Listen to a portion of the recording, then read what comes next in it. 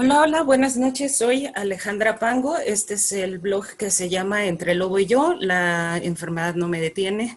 Esta noche quiero platicar con una persona que hace algún tiempo conocí y me ha impactado su historia, pero también todo lo que ha hecho a través de este tiempo que la he conocido. Entonces, me encantaría que ustedes también pudieran conocer su historia. Ella se llama Montserrat Rodríguez y lo más importante aquí es que conozcan pues la enfermedad que ella padece, porque esto es un blog para esto, para conocernos entre pacientes y saber cómo hemos ido superando algunas cosas.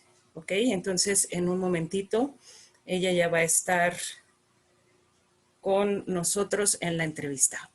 Hola, ¿cómo estás, Monse? Buenas noches. Ya hice aquí un previo Ya, de lo que es el blog y pues muchísimas gracias por aceptar esta entrevista, Monse, y sobre todo por contarnos tu experiencia. Déjame decirte que te respeto mucho, te admiro y precisamente por eso es que estamos haciendo esto y me encantaría que pues desde el fondo de tu corazón nos digas qué es tú padeces, hasta donde yo sé, epilepsia, y me gustaría mucho que pues pudiéramos explicar un poco qué es la epilepsia, pero no como médicos, porque yo no soy médico, tú tampoco. Bueno, yo soy médico veterinario, pero no soy neuróloga ni especialista en el tema, sino como pacientes. Y cómo es que transforma nuestra vida una enfermedad, y sobre todo qué enseñanzas nos da y cómo podemos sobrellevar esto. Entonces vamos a dar una pequeña semblanza de lo que es la carrera de Monse, porque además tiene hace muchas cosas a la vez, que eso es impresionante de repente, porque pues es fundadora y directora de Mar de Fondos Consultores. Ella es una consultoría en procuración de fondos, ha colaborado en proyectos en toda América Latina para organizaciones multilaterales, organizaciones civiles y gobiernos. Es egresada en Relaciones Internacionales de la Universidad Autónoma de Nuevo León. Tiene una maestría en Desarrollo Económico y Cooperación Internacional, egresada de la UAP, y actualmente estás estudiando un doctorado, Monse, en Planeación Estratégica y Dirección de Tecnología en la UPAEP. Y además, por si fuera poco, eres autora del libro ¿En dónde están los fondos? Guía de procuración de fondos para ONGs. Hola, Monse, buenas noches. buenas noches, Ale. Pues cuéntame cómo te da tiempo de hacer tantas cosas y sobre todo, pues el cómo este asunto de esta enfermedad que tú padeces, cómo es que ha podido cambiar tu vida y qué fue lo primero que pensaste cuando te dijeron, Monse, tienes epilepsia. ¿Qué fue lo que te dijo el médico, Monse? Bueno, sí, recordando todo, o sea, recordando todo el proceso, este, sí, esto fue, esto me pasó a mí cuando yo tenía 19 años. Lo Wow. primero que me dijo el médico fue, y digo, esto fue cuando tenía 19 años, 19 años, yo creo que puedo separar mi vida en tres procesos.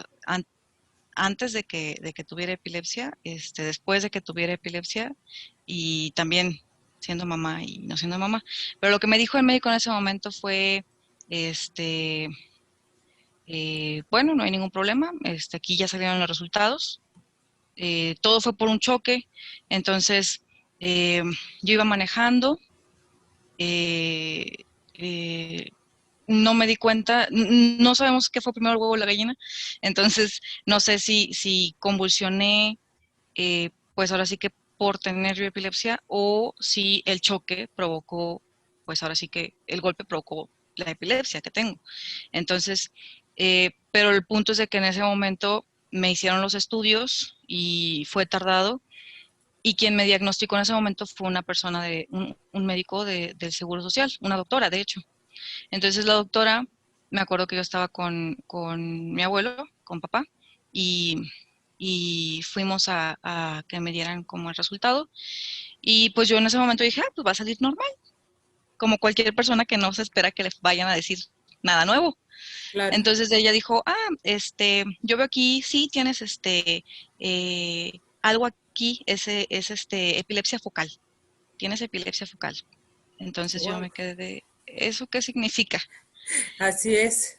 Oye, Monse, y antes de que nos sigas comentando, tú antes del choque tenías 19 años, pues era la universidad, disfrutar la escuela, tus amigos, ¿por qué no las fiestas?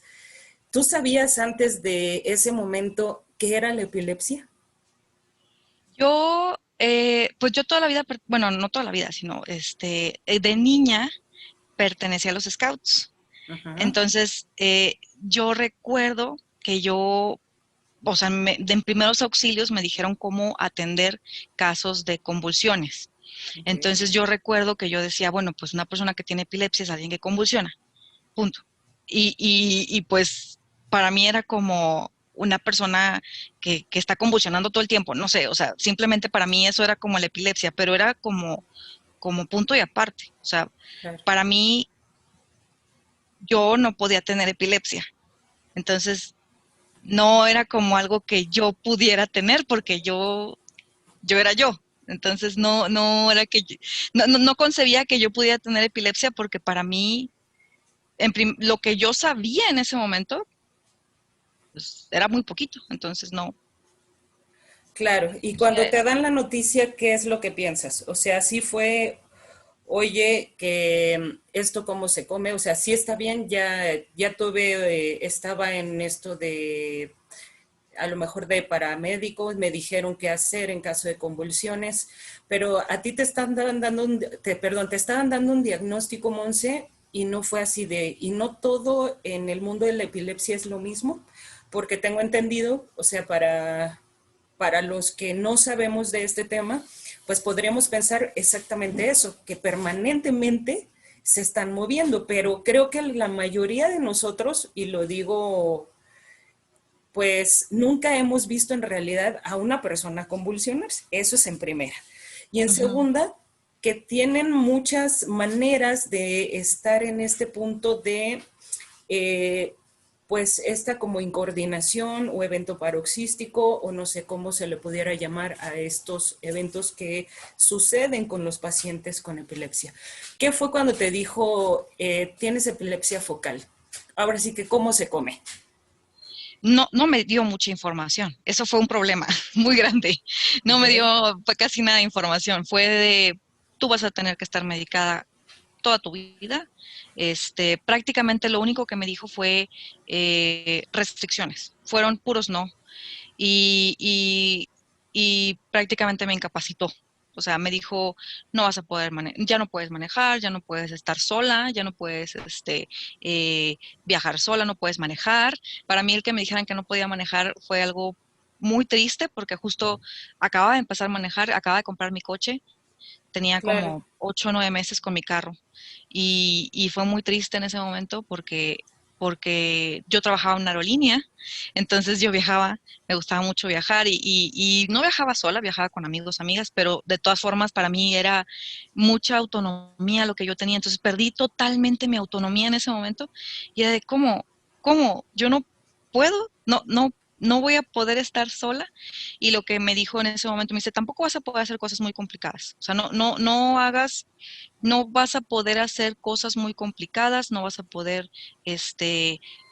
manejar cosas muy difíciles, o sea, prácticamente no pensar en cosas muy complicadas.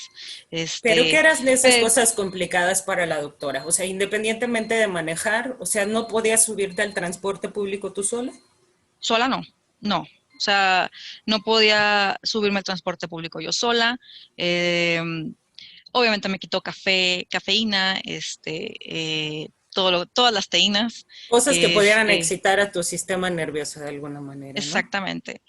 Y dentro de lo que es alterar mi sistema nervioso, pues está el trabajar bajo presión, por ejemplo. Claro, Entonces me dijo, pero no te preocupes, tú puedes casarte, tener hijos. Y yo en ese momento era lo último que quería, a los 19 años. claro, Y yo claro, claro. no. No, no, entonces sí, fue fue como un choque muy fuerte para mí, porque yo dije, no, o sea, para mí la doctora me estaba incapacitando totalmente. Claro, claro. Y ahora, tú después supongo que conseguiste, no sé si otra opinión, más estudios, te empezaron a decir cómo se podía vivir o qué cosas hacer, porque además es una información que como paciente creo que es una obligación, tenemos esa obligación de Sí, hacer, ¿no? De informarnos acerca de nuestra enfermedad, independientemente de si nos discapacitan, porque a veces esa es la verdad, con lo que nos dicen los médicos, prácticamente te están discapacitando en algunas enfermedades, ¿no? O en algunos síndromes. Pero tú buscaste información, Monse, o sea, tú dijiste, a ver, si de verdad no voy a poder hacer nada, si de verdad no me voy a poder subir al transporte. Trabajabas en una aerolínea, supongo que los cambios de presión eran a lo mejor un detonante, no lo sé. ¿Qué fue lo que pasó ahí, Monsi? bueno, primero, pues yo me deprimí muchísimo. O sea, Claro. algo que sí detonó mucho fue que a mí me dieron un medicamento incorrecto, porque el primer medicamento que me dieron fue carbamazepina, que es Sí, sí, sí. un medicamento terrible. Entonces yo aumenté de peso, aumenté como 10 kilos en 3 meses. Y aparte me hacía dormir mucho, yo dormía como, yo creo que 12 horas al día durante los primeros 3 meses. Y yo me acuerdo que yo fui con el doctor y le dije, le dije, es que me siento mal. Y eso aparte, o sea, me deprimí muchísimo durante los primeros 3 meses. Y Claro. después de eso, varias personas me dijeron, es que tú no eres Monse, ¿qué está pasando? O sea, me dice, y yo no, es que ya no quiero, ya no quiero. O sea, llegó un punto en que dije yo, ¿para qué estoy estudiando? O sea, me gusta, amo mi carrera, yo, pero en realidad, ¿cómo voy a poder ejercer, cómo voy a poder hacer lo que me gusta si no puedo? Entonces de ahí fue mucha gente, o sea, varios amigos incluso me dijeron, pero es que cómo no puedes, cómo, o sea, fue mi propio círculo de amistades los que sí me empezaron a decir, bueno, pero, como, ¿dónde está Monse? ¿Dónde está Ujú, Monse? ujú. Entonces de ahí fue donde yo empecé a investigar, sí, justo, y me cambiaron el medicamento, este, también, eh, y, y fue también revisar, o sea, qué tipo de epilepsia era la que yo tenía, porque justo la epilepsia focal es muy distinto a los otros tipos de epilepsias.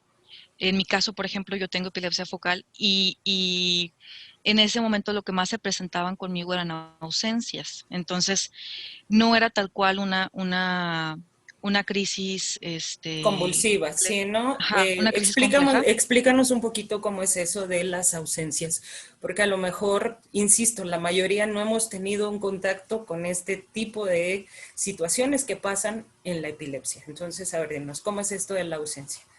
Diciéndolo así en palabras, en mortal, como lo digo Ujú, yo, ujú. en mortal es como si se pausara un poquito. O Bien, sea, puedo estar hablando contigo y de repente es como una pausa y luego ok. ya. Pero justo o sea, no es tan, ahora sí que no es tan peligroso, podría decirse, como digo, yo lo veo así, en mi caso, yo no lo he sentido tan peligroso como las crisis complejas que se me han presentado, que en mi caso no han sido tampoco muchas. Sí he tenido mucho control con los medicamentos después de que empecé a investigar justamente qué tipo de medicamentos había. Ahora, durante el primer año también fue como mucho qué me va mejor. Quité definitivamente todo lo que me dijeron que quitara, lo quité, dejé de manejar, dejé de tomar todo lo que me habían dicho que dejara de comer, de tomar, todo eso seguí las instrucciones y fue como a 2 o 3 años después que ya empecé a pedir segundas opiniones con otros neurólogos. Fue justo un neurólogo el que él ya me dijo qué era el mejor medicamento, cuál era el mejor tratamiento. Y él fue el que me empezó a decir, sí vas a poder manejar, sí vas a poder, me dice, lo único que no vas a poder hacer en tu vida es manejar un avión. Cuando él me dijo eso, yo dije, contigo me voy a quedar, contigo Claro. me quedo y contigo quiero seguir todo mi tratamiento toda la vida, porque si tú me estás diciendo que sí se puede, entonces contigo me quiero quedar. Claro, Entonces sí. claro, claro, claro. ¿Y qué ha sido lo más difícil que ha tenido que pasar Montserrat Rodríguez para poder salir adelante en todo esto? ¿En algún momento tú crees que por tu enfermedad ha habido una discriminación, no solo, por ejemplo, tus amigos, cuando alguien se entera que la padeces o incluso con los médicos? Sí, en un trabajo tuve yo discriminación por parte de una de mis jefas y sí fue difícil em, porque justo era o sea, ay, bueno, es que casi por parte yo creo que es una de las razones por las que empecé mi negocio y por las que me gusta prepararme tanto, porque a final de cuentas son herramientas para trazar mi propio lienzo y Claro. para trazar mi propio camino y decidir cómo yo hacer las cosas y tener herramientas para mi autonomía. Porque justo uno de los lugares donde yo llegué a trabajar, sí sufrí discriminación por parte de mi jefa. Y después de estar ahí, me dio mucho miedo. Me daba mucho miedo pedir trabajo y me daba mucho miedo decir que tenía epilepsia. Porque ella esta persona digamos, tomó, pues ahora sí que el, mi enfermedad como una razón de un comportamiento negativo, ¿no? En este caso, pude haber yo tomado algún comportamiento negativo o me pude haber enojado o mandar algún correo de una Sí, claro. mala forma y ella dijo, ah, bueno, es que tienes epilepsia. Entonces, Wow. pues así son las personas que tienen epilepsia. Así Entonces son. yo, Sí. ¿cómo, pero no te preocupes, es que estás enferma. Y yo, Perdón, no, es que no entiendo cuál va por ahí el comentario. Entonces, Claro. ese comentario a mí me dolió mucho, fue muy hiriente. Yo sí la reporté a recursos humanos y le dije, yo no puede ser que esté pasando ese tipo de discriminación con las personas. Entiendo que ella esté molesta, entiendo que le haya molestado lo que hice, pero independientemente de su molestia no tiene por qué, pues dar ese tipo de comentarios hacia mi persona. Y yo no elegí tener epilepsia. Entonces, pues no entiendo, ¿no? Entonces, la verdad es que me sorprendí mucho porque estamos en otra década distinta y se siguen Ujú. presentando ese tipo de comportamientos. Entonces, por mucho tiempo yo decidí no decir a las personas que tenía epilepsia y hasta hace pocos años fue donde dije yo le digo a las personas porque sé lo que soy, sé lo que he hecho, sé lo que valgo y a final de cuentas hay muchas personas allá afuera que tienen distintos tipos de padecimiento, no eligieron tener los padecimientos y a pesar Eso de es eso, importante. Nadie ajá, elige estar enfermo. De no, acuerdo, de no, nadie acuerdo, elegimos. de acuerdo. Entonces sí, sí. Y la verdad me dolió muchísimo. O sea, también pasé otros 3 meses de depresión. O sea, entonces sí. Y después fue el miedo, justo eso, fue el miedo de, ¿y qué va a decir las personas? ¿Y cómo me van a ver? ¿Y me van a aceptar? ¿No me van a aceptar? Entonces todo eso es de, ¿cómo? O sea, y después fue, a ver, pues no me interesa lo que opinen. A final de cuentas, pues si me van a ver mal o no me va a ver mal, pues no es mi problema. O sea, a Claro. final de cuentas, yo presento resultados, estoy trabajando, estoy haciendo las cosas de la mejor forma, soy una persona profesional.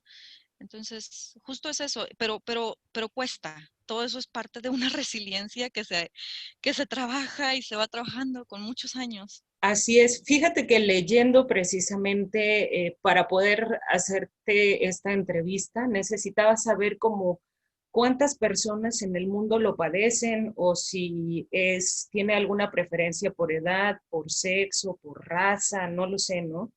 Y en verdad me sorprendió ver que no, que en realidad no tiene predilección por raza, no tiene predilección por sexo, según lo que leí.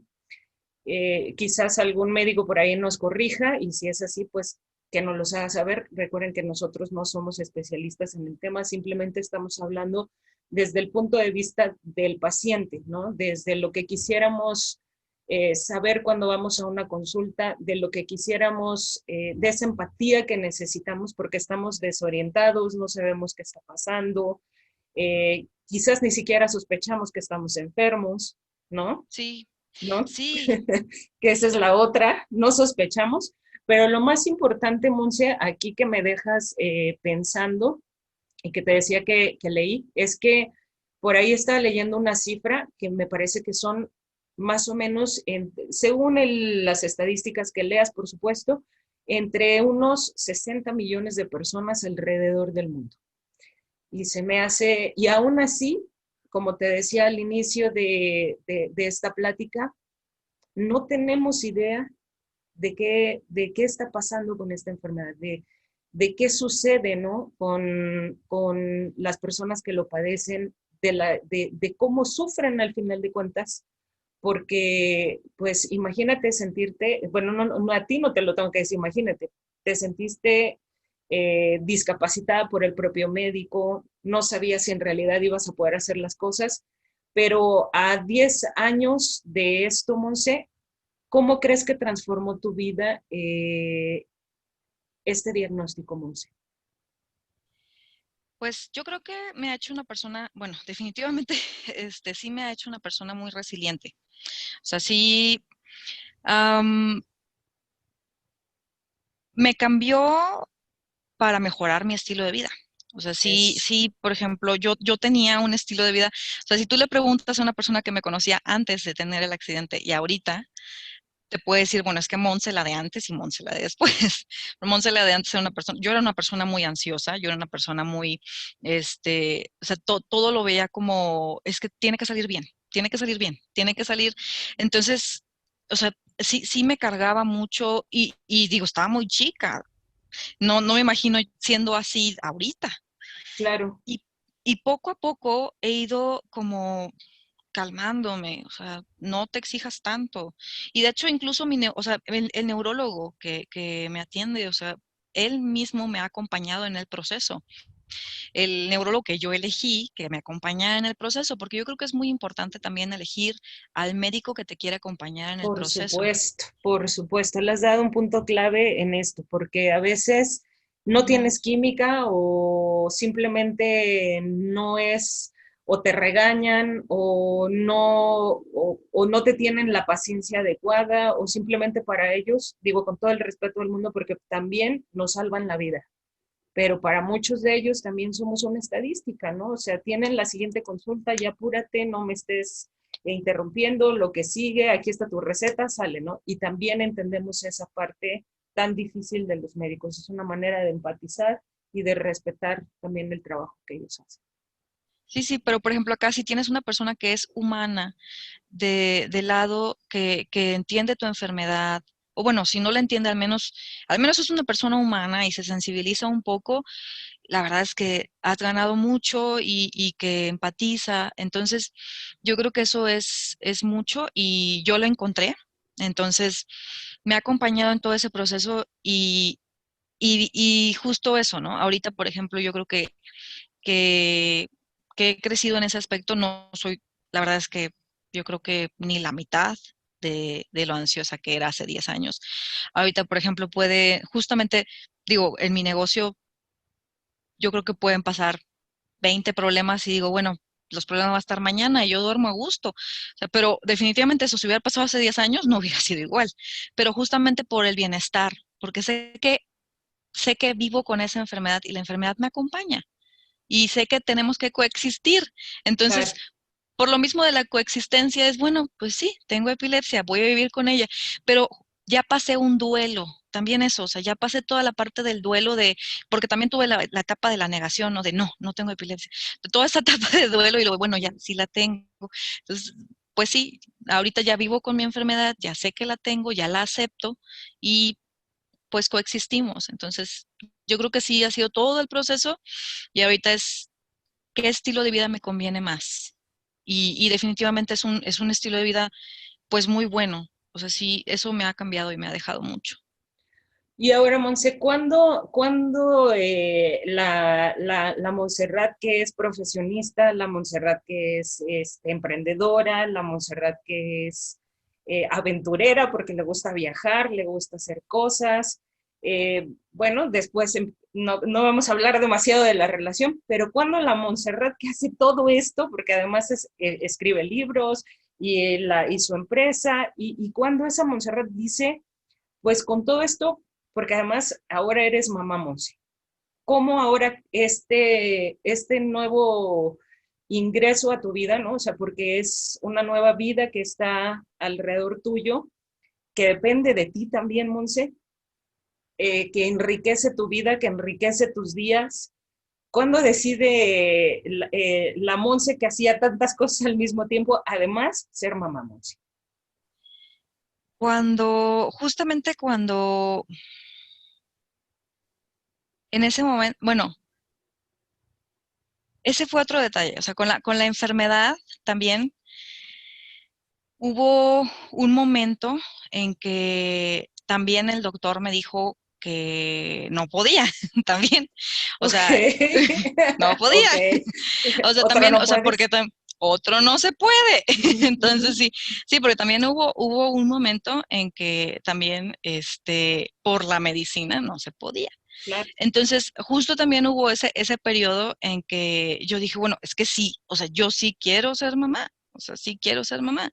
Y entonces fue otro proceso bueno, si quiero serlo, ¿cómo yo puedo serlo? Pero, ¿qué pasa con la epilepsia, no?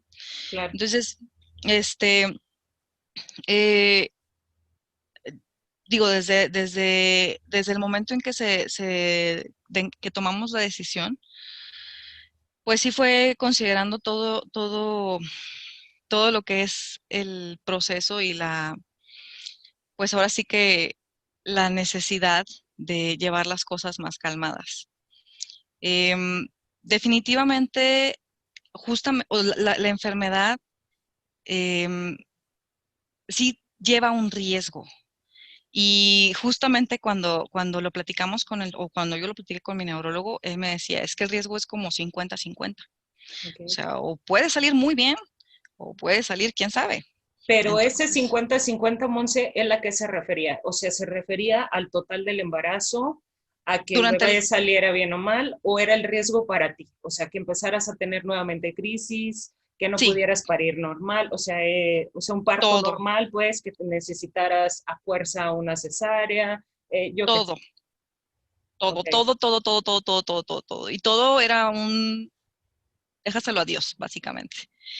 Y digo, aquí, por ejemplo, yo dije, bueno, pero es que si no es ahorita, él me dice, bueno, es que hay que esperar 2 años a que quedes bien, sin medicamento, y las crisis continuaban, las crisis continuaban, las crisis continuaban, las crisis continuaban. Entonces, cuando yo me embarazo, se acaban las crisis. ok. Digo, eso fue en mi caso. Aclaro que yo no lo recomiendo así como ya, no lo recomiendo como doctora, eso es algo personal y eso es algo que él me dice que puede pasar. O sea, cuando sucede un embarazo, no lo puedo yo como Si eres paciente de esta explicar. enfermedad y entonces Sí, hazlo así, ¿no? sí, Es que no lo eso puedo fue explicar yo algo que pasó contigo. eso es algo que pasó conmigo, Exacto. y la verdad es que yo me he sentido mejor desde que tuve a mi hija, pero sí se acabaron las crisis. He tenido muy pocos episodios de ausencia desde que nació mi hija, pero la verdad es que las crisis generalizadas ya no me ocurren. Entonces, sí fue como muy marcado el cambio. Tuve que tener un embarazo muy controlado y desde la dieta, desde pues incluso bajar el ritmo de trabajo muchísimo. Digo, definitivamente no estaba con el negocio en ese momento. Y digo, ya cuando nació mi hija, pues ya fue distinto, pero sí, todo el embarazo fue muy, muy controlado y fue todo. Sí, en este caso lo que él me decía o lo que él nos decía era, pues espérate 2 años y después de esos 2 años vemos y después de esos 2 años pues ya empezábamos a quitar el medicamento y empezábamos a bajar el medicamento. Entonces para mí era pero pues ¿cuándo van a ser esos 2 años sin crisis? O sea, yo no, yo sigo teniendo crisis. Entonces era como, ¿quién sabe? En realidad claro. Era como muy, muy aleatorio. La verdad es que no sé, la verdad, no sé qué hubiera pasado. Honestamente, desconozco si en realidad hubieran llegado esos 2 años. Ok, Sí. ok, ok. Bien, Monse, ¿qué es, qué es algo que a ti te gustaría decirle a alguien que esté pasando por un proceso como el que pasaste hace 10 años, en donde está en la espera de un diagnóstico, donde está en la espera de hablar con un médico, donde está en la búsqueda de ese especialista que le ayude a tener una mejor calidad de vida, porque creo que al final de cuentas es lo que buscamos todos? Qué le dirías a esta persona que ojalá te escuche y ojalá pueda cambiar su perspectiva de su enfermedad? ¿Tú qué le dirías, Monse? Pues yo le diría,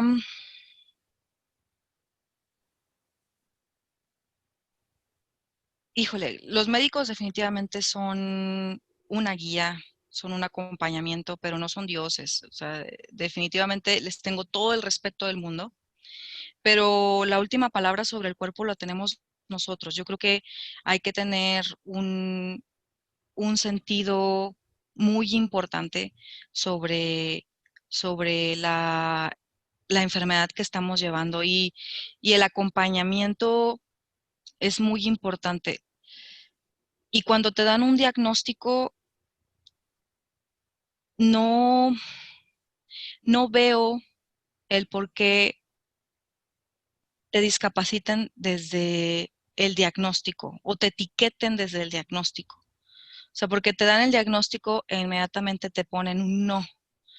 No está mal, Claro, no está mal que te pongan ciertas limitaciones en cuanto a alimentación por tu bien, claro, pero, pero a final de cuentas, tampoco yo siento que hay que caer en el ya va a cambiar radicalmente mi vida, o ya voy a dejar de hacer totalmente esto, o ya se acabó mi mundo, se acabó todo, porque tampoco es así.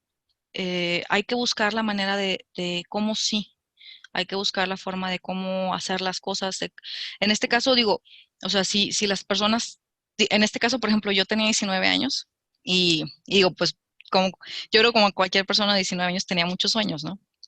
Y claro, y, y digo, tenía muchos sueños en ese momento y era de, bueno, pues ya no voy a poder llegar a esa forma, ya no voy a poder llegar a cumplir esos sueños.